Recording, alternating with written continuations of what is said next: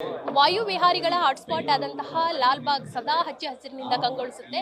ಇಂದು flower show ಅಧಿಕೃತವಾಗಿ ಚಾಲನೆಗೊಳ್ಳಲಿದೆ. ಇನ್ನೇನು ಕೆಲವೇ ಕ್ಷಣಗಳಲ್ಲಿ 120ನೇಯ ಈ ಫಲಪುಷ್ಪ ಪ್ರದರ್ಶನಕ್ಕೆ ಸಕಲ ಸಿದ್ಧತೆ ಕೂಡ ನಡೀತಾ ಇದೆ. ದೃಶ್ಯದಲ್ಲಿ ನೋಡಬಹುದು.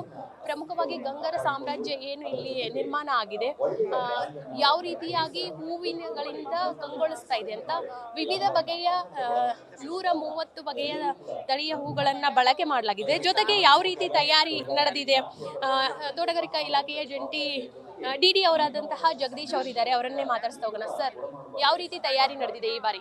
ಸೊ ಈಗ ನೋಡಿ, ತಮಗೆ ಆಕ್ಚುಲಿ ಈ ಒಂದು ಐತಿಹಾಸಿಕ ಗಾಜಿನ ಮನೆ ನೂರಾರು ಫಲಪುಷ್ಪ ಪ್ರದರ್ಶನಗಳಿಗೆ ಸಾಕ್ಷಿಯಾಗಿದೆ. ಇದು 220ನೇ ಫಲಪುಷ್ಪ ಪ್ರದರ್ಶನ. ಈ ನಾಡನ್ನ ಕಟ್ಟಲಿಕ್ಕೆ ಭದ್ರವಾದಂಥ ಬುನಿಯಾದನ್ನು ಹಾಕ್ತಂಥವರು ಹಲವು ಪ್ರತಿಷ್ಠಿತ ರಾಜಮನೆತನಗಳಿದೆ. ಅದರಲ್ಲಿ ಗಂಗರು, ಕದಂಬರು, ಹೊಯ್ಸಳರು, ರಾಷ್ಟ್ರಕೂಟರು, ಹೀಗೆ ಚಾಳುಕ್ಯರು, ಇದರ ಪಟ್ಟಿ ಮುಂದುವರಿಯುತ್ತೆ.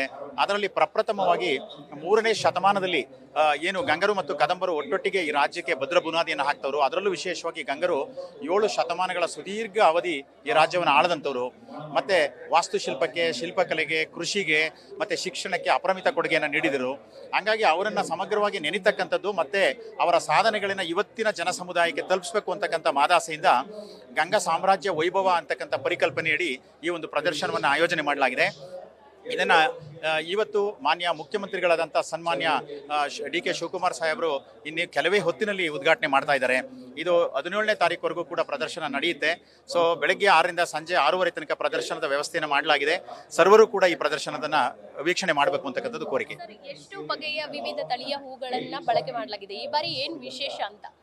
ಸೊ ಈ ಬಾರಿಯ ಪ್ರದರ್ಶನಕ್ಕೆ ಒಟ್ಟಾರೆ 26 ಲಕ್ಷಕ್ಕೂ ಅಧಿಕ ಸಂಖ್ಯೆಯ ಹೂಗಳನ್ನು ಬಳಕೆ ಮಾಡಲಾಗಿದೆ. ಸೊ ಅದರಲ್ಲಿ ಸ್ವದೇಶಿ, ವಿದೇಶಿ ಹೂಗಳು ಇದೆ. ಸೊ ಇದರಲ್ಲಿ ಸುಮಾರು 6 ದೇಶಗಳಿಗೆ ಸೇರ್ತಕ್ಕಂಥ ಸೌತ್ ಅಮೆರಿಕಾ, ಕೀನಿಯಾ, ಮತ್ತೆ ಆಸ್ಟ್ರೇಲಿಯಾ, ಹಾಲೆಂಡ್ ದೇಶಗಳಿಂದ ಕೆಲವು ಹೂಗಳು ಬಂದಿದೆ.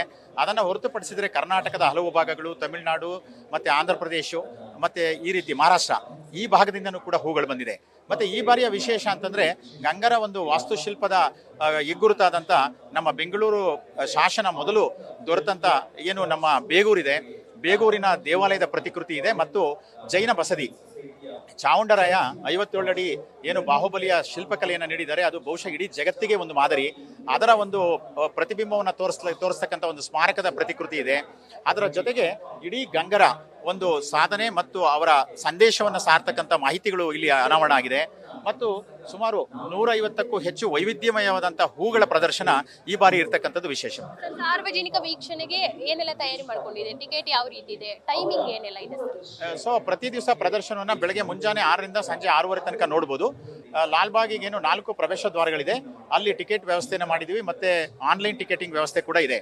ಅದರ ಜೊತೆಗೆ ಮೆಟ್ರೋ ಫೆಸಿಲಿಟಿನ ಬಳಸಿಕೊಂಡು ಹೆಚ್ಚು ಹೆಚ್ಚು ವೀಕ್ಷಕರು ಬರಬೇಕು. ಶಾಲಾ ಮಕ್ಕಳಿಗೆ ಏನು ರಜಾ ದಿನಗಳನ್ನು ಹೊರತುಪಡಿಸಿ ಬರ್ತಕ್ಕಂಥವರಿಗೆ ಉಚಿತ ಪ್ರವೇಶವನ್ನು ಪ್ರದರ್ಶನದುದ್ದಕ್ಕೂ ಕೂಡ ಕಲ್ಪಿಸಲಾಗಿದೆ. ಸರ್, ಬೆಂಗಳೂರು ವೆದರ್ ಆಗಾಗ ಚೇಂಜ್ ಆಗ್ತಾ ಇರುತ್ತೆ. ಹೂಗಳು ಫ್ರೆಶ್ ಇರೋ ತರ ಏನೆಲ್ಲ ಮುಂಜಾಗ್ರತಾ ಕ್ರಮಗಳನ್ನ ತೋಟಗಾರಿಕಾ ಇಲಾಖೆ ತಗೊಂಡಿದೆ ಅಂತ ನೋಡ್ತಾ ಇದ್ರಿ. ಈಗ ಗಾಜನ್ ಮನೆಯಲ್ಲಿ ಈಗ ನಮ್ಮ ಮಿಸ್ಟಿಂಗ್ ಸಿಸ್ಟಮ್ ಅಂತೇಳಿ ಒಂದು ಆಧುನಿಕ ಇಸ್ರೇಲಿ ತಂತ್ರಜ್ಞಾನವಾದ ಒಂದು ಮಿಸ್ಟಿಂಗ್ ಸಿಸ್ಟಮ್ ಅನ್ನು ಅಳವಡಿಕೆ ಮಾಡಿದೀವಿ. ಯಾವಾಗ ನಮ್ಮಲ್ಲಿ ಹಾಟ್ ವೆದರ್ ಆಗುತ್ತೆ ಅಂತ ಸಂದರ್ಭದಲ್ಲಿ ಹೂಗಳು ಬಾಡಬಾರ್ದು. ಇಡೀ ಒಂದು ಗಾಜಿನ ಮನೆಯ ಒಳಾಂಗಣ ಅತ್ಯಂತ ಆರ್ದ್ರತೆಯಿಂದ ಕೂಡಿರಬೇಕು ಅಂತಕ್ಕಂಥ ದೃಷ್ಟಿಯಿಂದ ನಾವು ಈ ಒಂದು ಮಿಸ್ಟಿಂಗ್ ಸಿಸ್ಟಮ್ ಅನ್ನು ಮಾಡಿದ್ದೇವೆ. ಅದು ಸದಾಕಾಲ ಹೂಗಳನ್ನ ತಾಜಾತನದಿಂದ ಫ್ರೆಶ್ ಆಗಿಡುತ್ತೆ ಮೇಡಮ್. ಧನ್ಯವಾದ.